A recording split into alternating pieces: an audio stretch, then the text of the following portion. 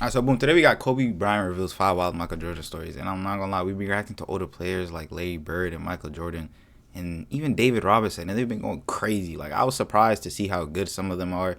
You guys be saying certain players are better than certain players. I don't agree with certain takes, but they have been surprising me. Like, Larry Bird has honestly been one of my favorite players I've been seeing so far.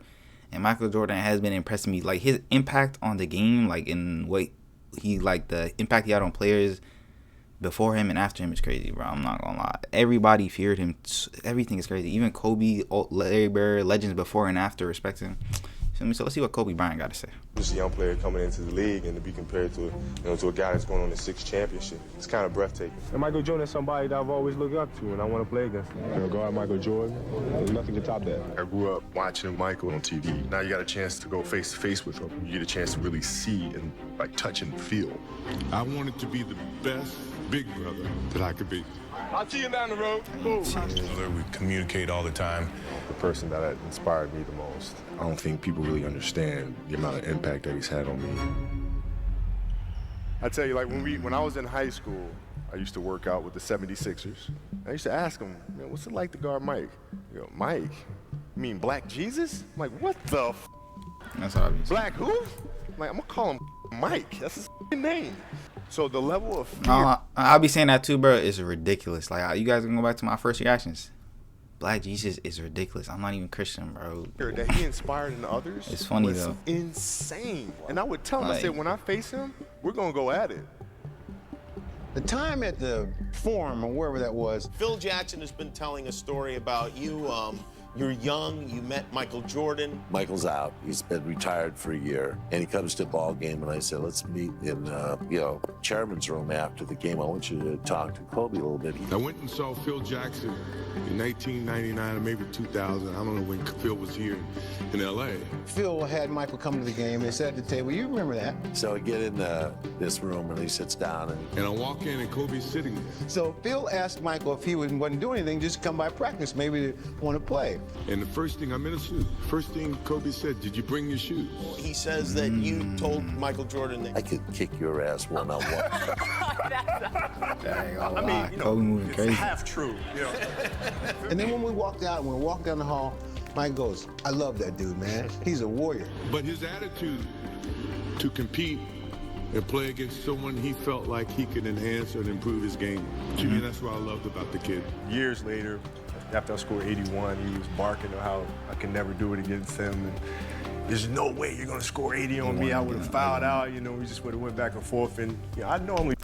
I'm not lying. I honestly believe that. From the MJ stories we've been hearing, I don't think Michael Jordan is the type of person to let someone score 80 on him. Like, he would generally start, like, every time Kobe goes up for a shot, he would just shove him out the air. Because after a certain point, like, you don't need 80, bro. You just try to embarrass me, and I'm not going. Yeah, right. To him so much, but honestly, on that particular occasion, I had to remind him that I did have 42 and 1/2 against him. The first time. I ain't gonna lie, I have to learn about Kobe. 42 and 1/2 against Michael Jordan. Like, hold up. I was getting ready to face Jordan. I had a teammate. He goes to me and said, hey, you want some advice? Whatever you do, don't look him in the eye. Wait, excuse me? Why the hell would I not look him in the eye? I don't think my teammate understood that I'm that too. Can't look me in the eye either, buddy. Everybody's talking about KobeBryant and Michael Jordan. How flattering is it when Michael Jordan says he sees some of him in you? Well, that's cool. It's a great compliment. I just have to continue to work hard. So he's be the best basketball player that I can possibly be. It's going to be a great challenge. We're one of the greatest players of all time. Against him for the first time at the United Center. This is a fun game for me. I learned a lot this game. A lot about how technically sound Michael was. Because it's one thing in watching him play, and then it's another thing in playing against him. Getting schooled for a baseline dunk the first time I matched up with him. That was like the coolest thing. I got thrown into the fire. Nice baseline spin move. I mean, I knew he was just so strong. By the time I tried to body him off of me, he just swatted me away like a fly. Because I'd seen that spin move so many times, and then I knew he was gonna do it. But the timing on TV and then in person are two completely different things. So he just spun right before I thought he was going to spin, and I was like, man, that was pretty cool. Caught you out. But I came to learn how to become the best basketball player in the world. And if I'm going to learn that, I got to learn from the best Kids go to school to be doctors or lawyers or so forth and so on, and that's where they study. That's the place for them to study. My place to study is from the best.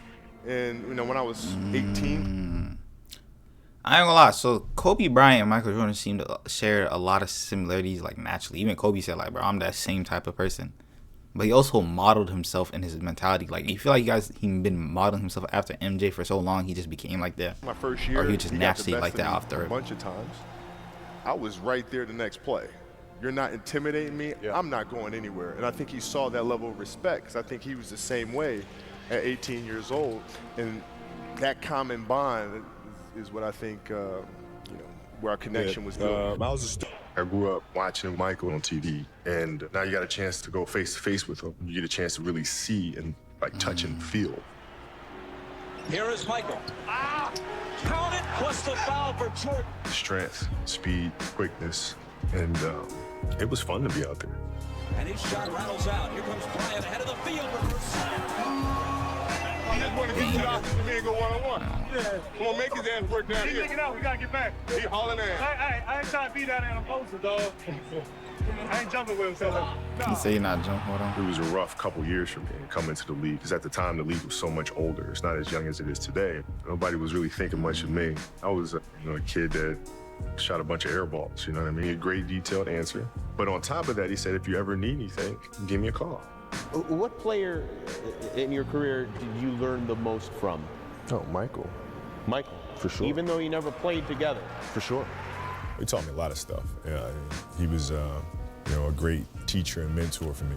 But Michael was very tactical and very efficient, and with his movements. There was no wasted space. And they had this beautiful ceremony for him at halftime, and I had the honor to sit next to him during that process, and kind of looking at him and just kind of sitting back and saying, wow, I mean, did it go by that fast for him? Like, what is he thinking about right now? Does it all seem like a blur? So from that point on, I wanted to make sure that I appreciated every day, or tried to as much as possible.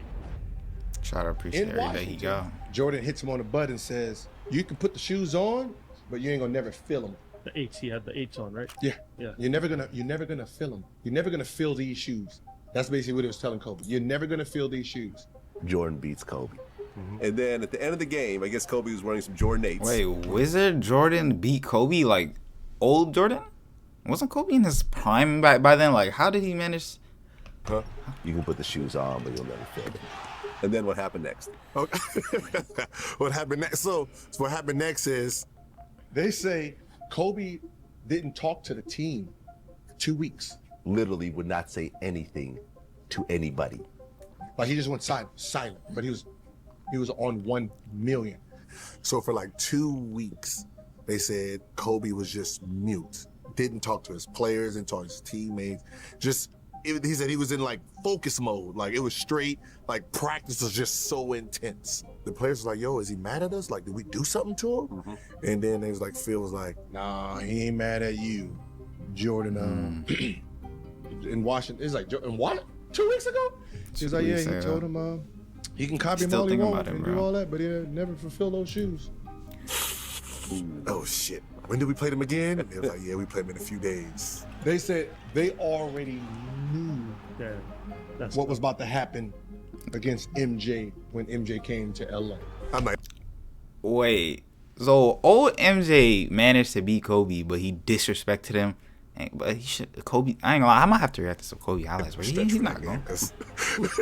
Young You already know what's gonna happen. Like, they was in fear. Like, everybody was like, oh yeah, he's about to cook MJ, no chance. And that's the game. Kobe had like 55 points.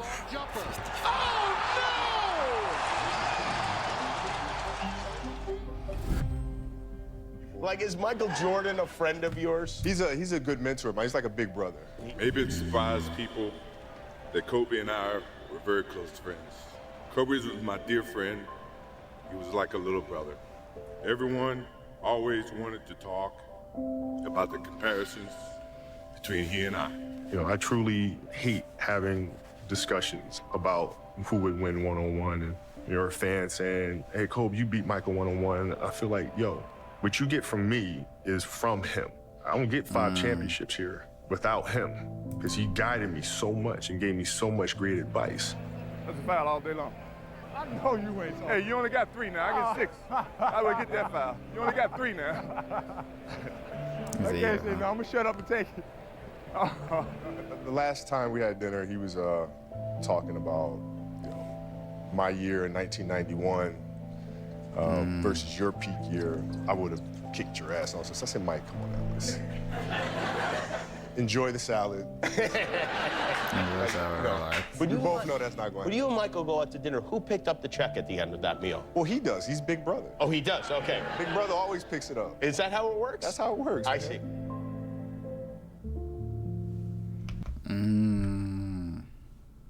I'm not gonna lie, I don't even know if this was a Michael Jordan Glaze video or a Kobe Glaze video, but this made me respect both of them a lot more, and it makes me want to react to some KobeBryant a lot.